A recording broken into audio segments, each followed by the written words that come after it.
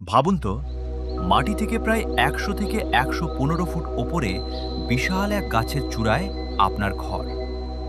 শুনতে অবিশ্বাস্য হলেও ইন্দোনেশিয়ার পশ্চিম পাপুয়ার ঘন জঙ্গলে কোরোবাই জনগোষ্ঠীর জীবনযাত্রায় এমন দৃশ্যই দেখা যায়।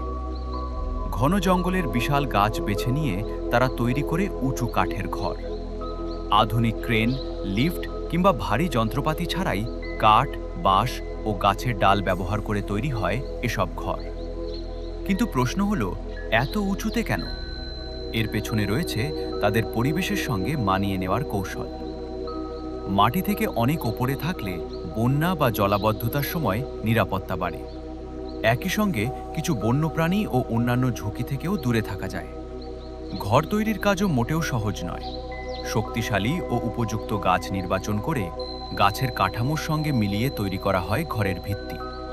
এরপর একে একে কাঠ ও অন্যান্য প্রাকৃতিক উপকরণ দিয়ে গড়ে তোলা হয় পুরো ঘর।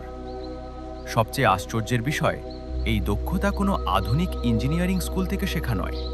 প্রজন্মের পর প্রজন্ম ধরে অভিজ্ঞতা ও ঐতিহ্যের মাধ্যমে তারা শিখে এসেছে এই নির্মাণ কৌশল। তাদের দৈনন্দিন জীবনও গভীরভাবে নির্ভরশীল জঙ্গলের ওপর। শিকার, মাছ ধরা এবং বিভিন্ন প্রাকৃতিক সম্পদ সংগ্রহ করেই চলে তাদের জীবন। তবে কোরোবাই জনগোষ্ঠী নিয়ে প্রচলিত অনেক তথ্যের ক্ষেত্রে অতিরঞ্জনও দেখা যায়। বিশেষ করে সব কোরোবাই মানুষ যে সবসময় ১০০ ফুটের বেশি উঁচু ঘরে থাকে, এমনটা ধরে নেওয়া ঠিক নয়। অঞ্চল, পরিবার ও পরিস্থিতি অনুযায়ী তাদের বসবাসের ধরন ভিন্ন হতে পারে।